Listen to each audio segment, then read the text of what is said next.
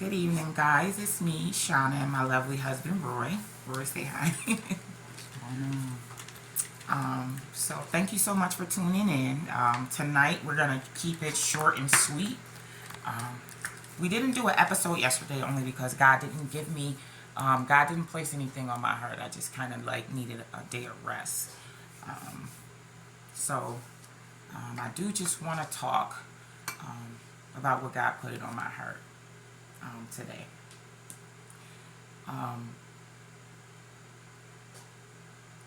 There are people out there thinking they can do things their way without implementing God.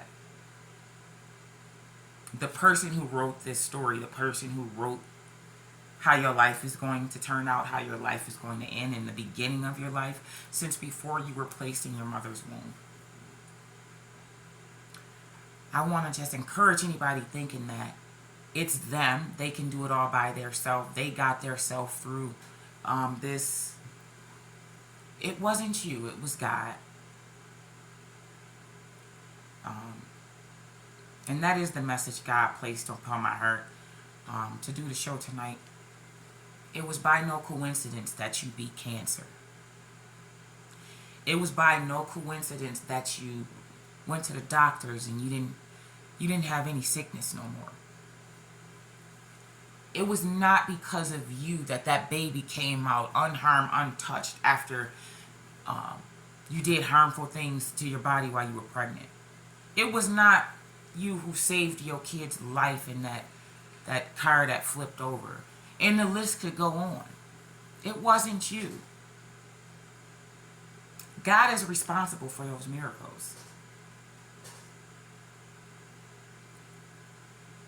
And not doing God justice by taking the credit and not giving the credit to the Creator. Not really a good look. I really have overcome some major stuff. Even sickness. And God put me through it. So I'll never take the credit. I always give glory to God. I was just talking to my husband about things he just experienced. He's experienced. And I had to kind of say it was not by coincidence. Because my husband is moving closer to God. He's not completely there yet, but he's doing the necessary and researching and asking God to use him. So I just pray for my husband. My temple is under reconstruction. He'll get there. We're not perfect. Everybody don't get there at the same time, so just pray for him. At least he's open to it and knows that there's a higher power. It's not like he's an atheist or anything like that. So everything you've been through, the things you came out of, it was not by no coincidence, and it wasn't you who pulled you out of that. You give God all the glory. All the glory. That's how you get blessed. Telling the world, admitting to yourself that God was responsible for that bullet not killing you. And the list goes on. So that's what I had to say about that portion. Another thing God placed upon my heart is people taking good people for granted. People God sent you for granted.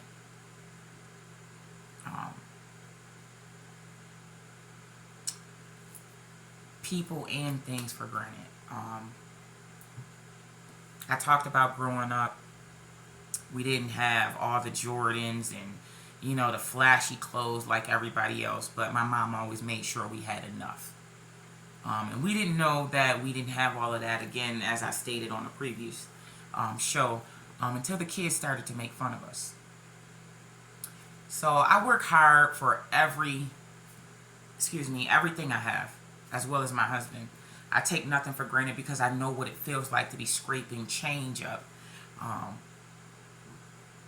to go buy something to feed your family. I know what that feels like. And there's a lot of people out there acting as if they don't know what they feel like. Just because you're not going to speak it, I'm going to speak what God brought me through. God brought me through poverty. God brought me through poverty. You know, and I do just want to speak on my life now through what my life used to be back when I was married, to someone else. I was in a marriage pretty much where, it wasn't equally yoked. I talked about how my ex-husband would like to keep me broke. I'm going to work working, some at one point 2 jobs at one time. And there was no income that way, so I was willing to do whatever I needed to do to support my family. So I took on, the bills and all of that. So with that being said,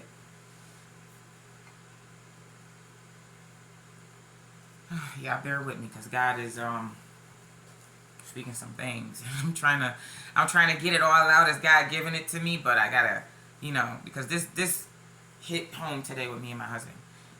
So for a period of time, I was the breadwinner in that marriage, that first marriage.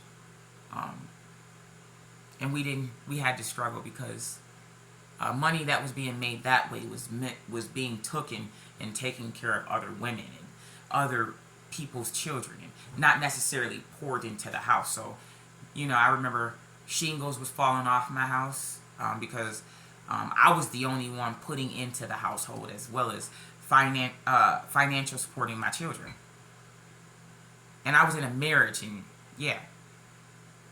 So somebody said to me one day when they came here, and it was like, your house is falling apart. The kitchen cabinets even came off the wall, but I didn't have the funds. I didn't have the funds to redo the kitchen or anything like that. I kept the house clean, but it was falling apart. And somebody said that to him at this time when they came here for dinner, that your house is a reflection of the relationship you have. Your house is a reflection of what your marriage is, and your house is falling apart. My house was literally falling apart because there was no man leading the household. There was in a sense, I had to be the masculinity. I had the man the station. I had to hold the fort down because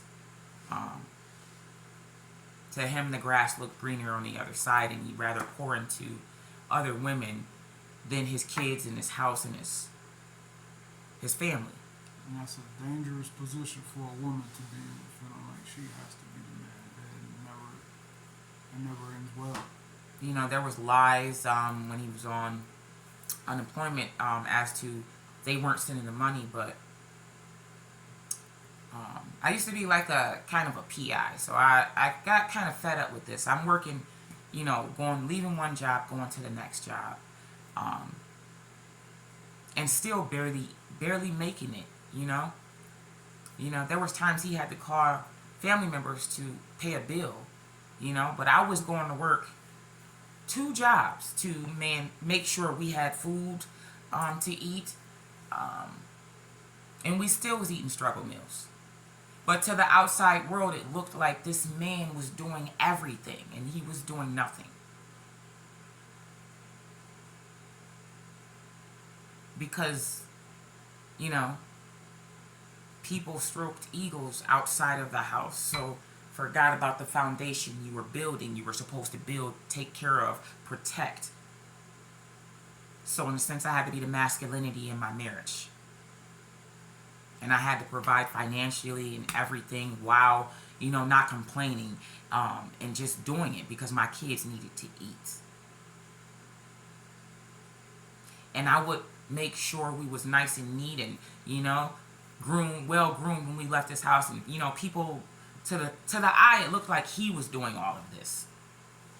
And he was doing absolutely nothing.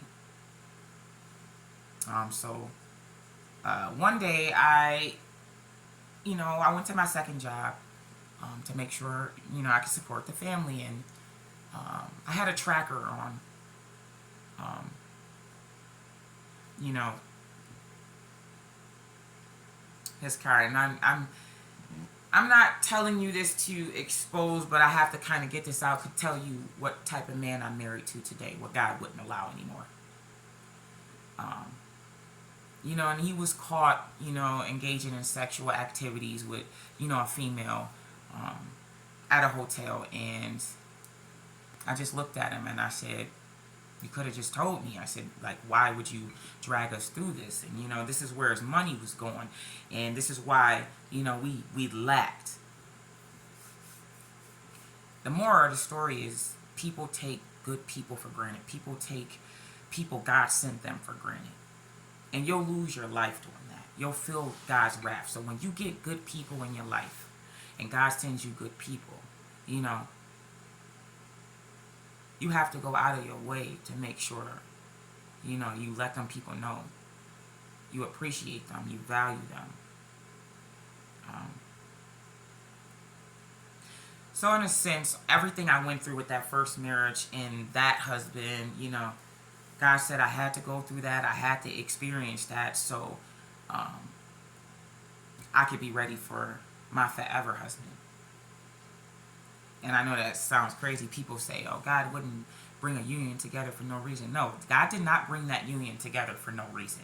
God brought that union together for me to show, that particular person that people are not conniving. People do have good hearts. You don't have to be like that. You can change,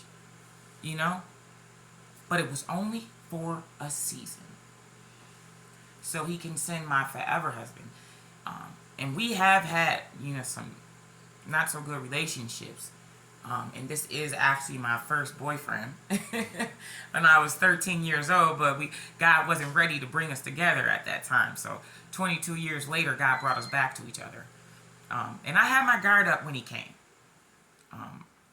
But since I've been with my husband,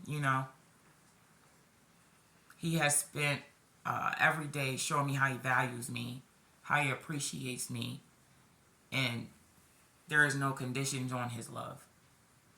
And he's going to represent me whether I'm there or if I'm not there. I don't have to worry about my current husband making me look stupid. And this is what God had to prepare me for.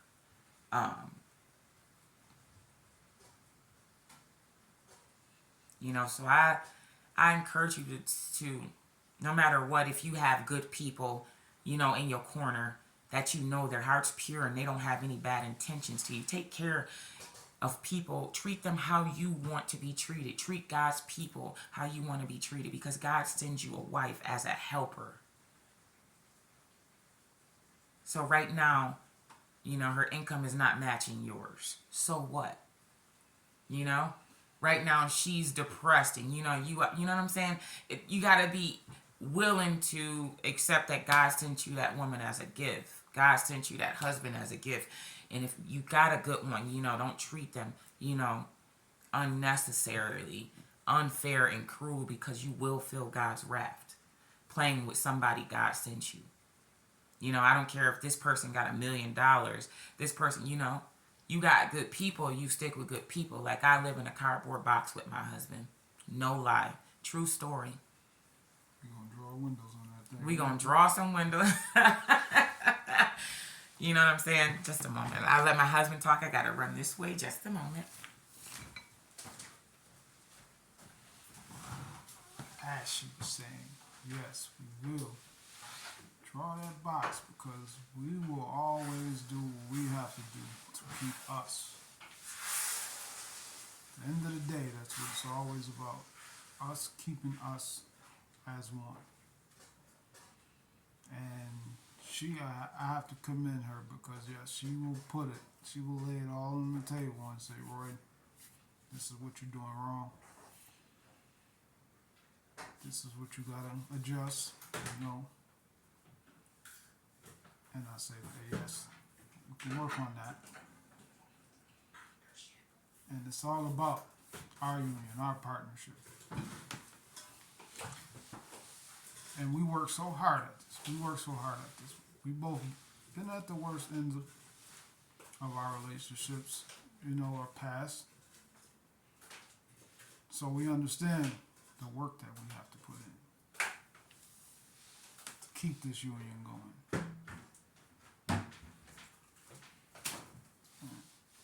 Open this up something good. She opened us up so good. We only got a few minutes to eat, y'all. We fasted. We molding our temples. So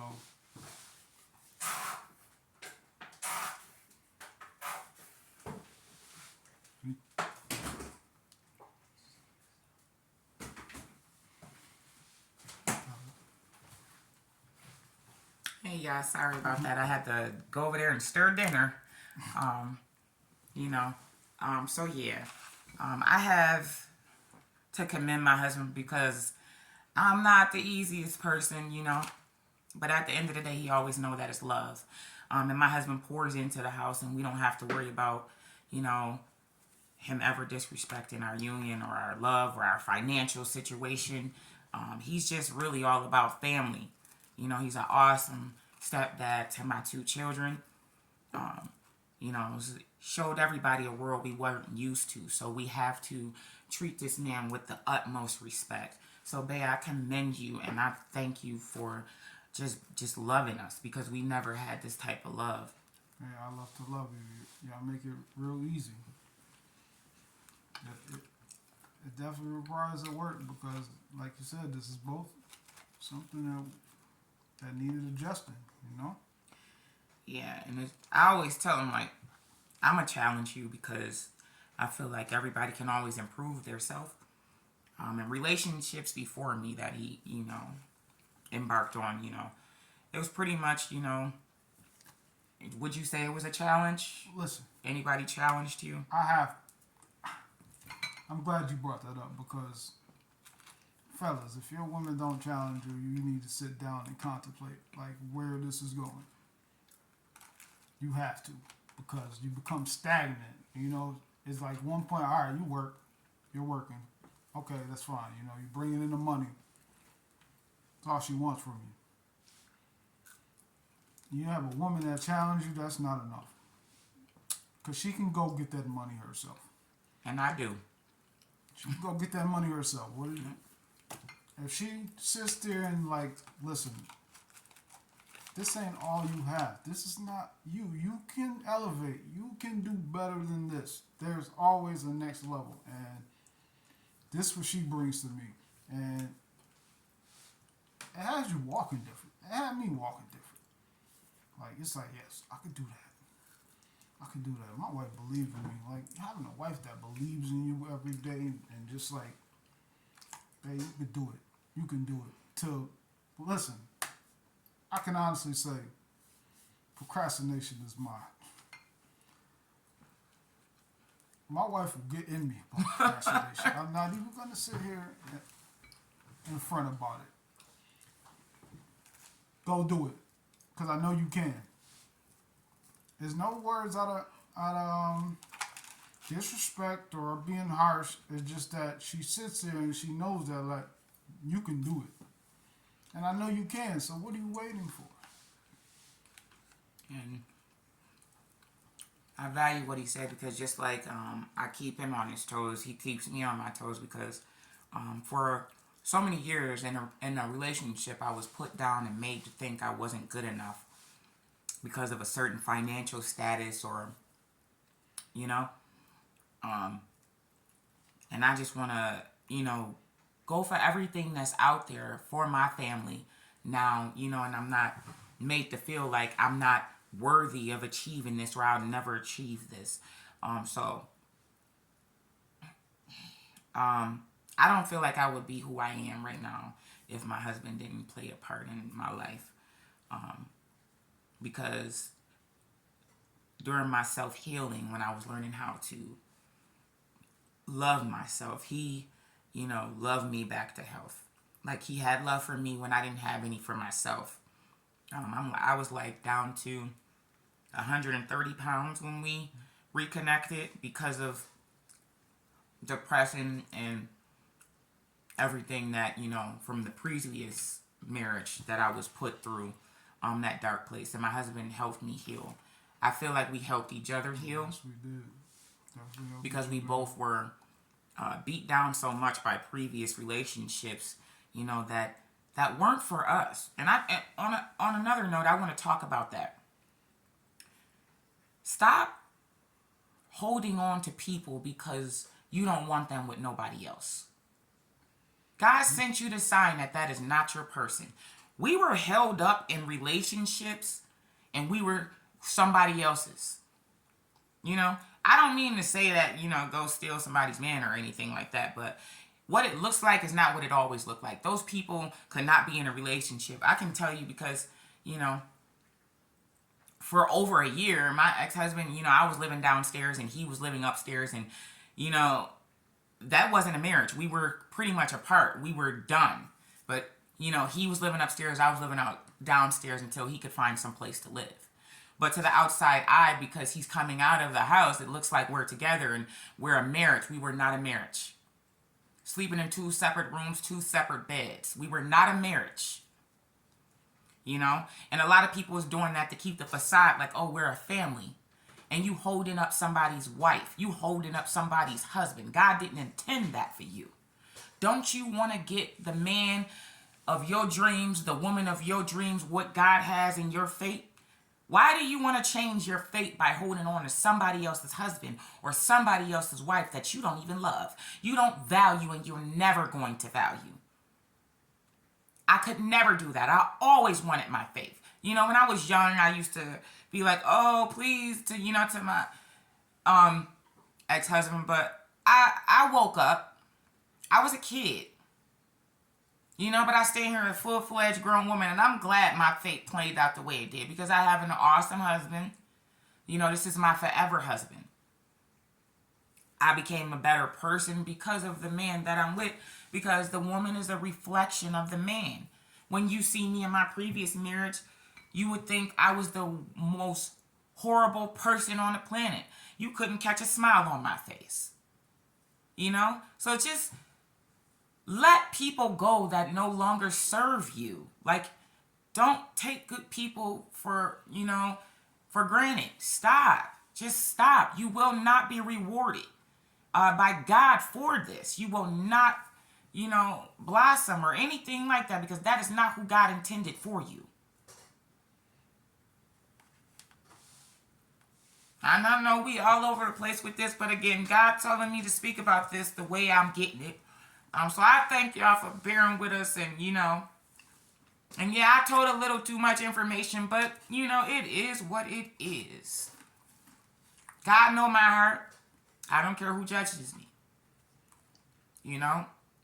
I felt like I needed to speak that because somebody out there right now is in a relationship where they're completely unhappy. But they trying to stay face for people, and they holding on to somebody because they don't want another person that's gonna value them, that's gonna lift them up, that's gonna heal them, to have them. And I say shame on you. Or even worse, both of y'all checked out, but y'all just feel like y'all financially buying out, so y'all gotta stick it out, and it's not healthy for either one of you or kids if kids are involved. Like, in my previous marriage, we never had nothing connected. Nothing. I brought the house. My name was on the deed. I had my separate bank account. He had his. That tells you right there that was not a union. Everything was separate. And the man leaves, right? So I need you to let that man's wife go. I need you to let that man's husband go. Get what God has for you. And we're going to end this because we're going to lose the taping. We did go 25 minutes. So thank y'all so much for tuning in. Again, we was all over the place, but that's how God was giving it to us. So just bear with us and keep tuning in. we just go with the flow. No script, no nothing. We'll see y'all. Bye.